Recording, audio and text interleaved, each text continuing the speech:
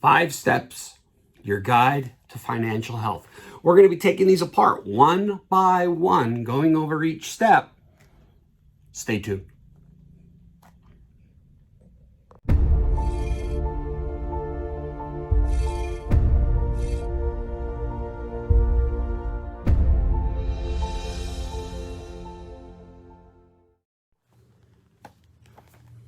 Hello friends, 5 Steps, your guide to financial health.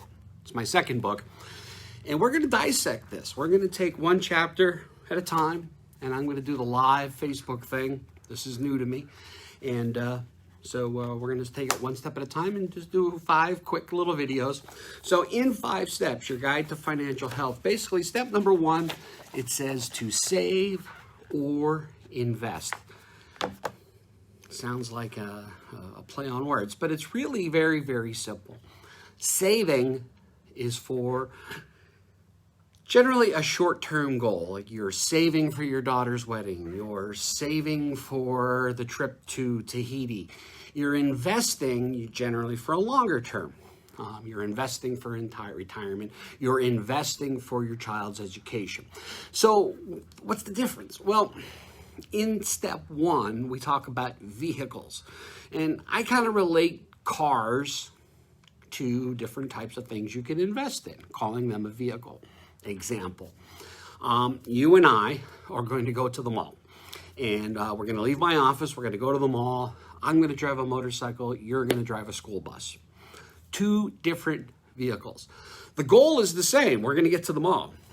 You're going to get there slower and steadier. I'm going to get there faster and riskier. So that goal, let's pretend that goal was retirement. Do you want a slow and steady way of getting there? Or do you want a faster and more risky way of getting there?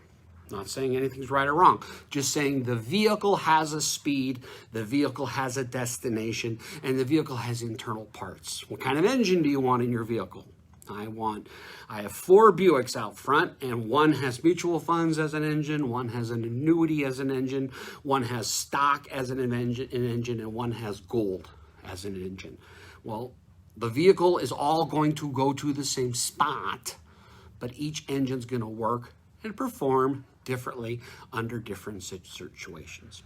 Thus, if I'm saving for my daughter's wedding, I'm going to put that in something that doesn't have a lot of risk because I'm going to need it in a short period of time. And if I'm going to need it in a short period of time, I don't have the luxury of waiting for the market to come back. So I might put that in a CD or a money market account or some other type of fixed vehicle that does not have risk.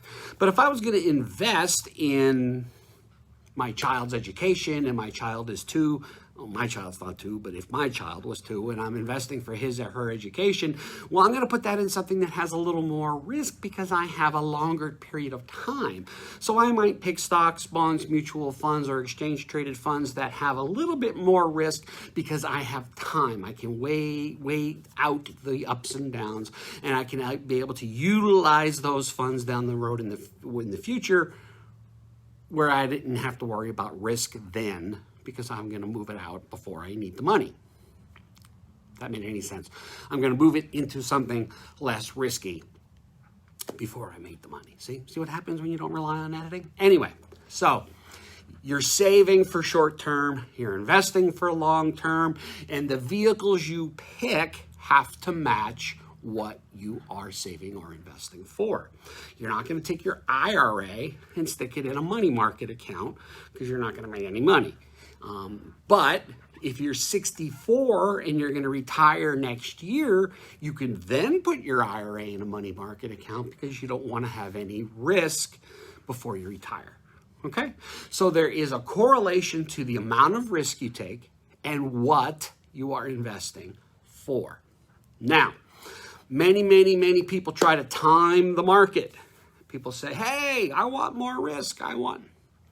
It depends upon the goal. It depends upon what you're using the money for. It depends upon the time horizon. If you need this money next month, you probably should have it in something that's not very, very risky, because if the market tanks tomorrow and you need the money and it's gone, well, now you got to wait for it to come back before you get your own money.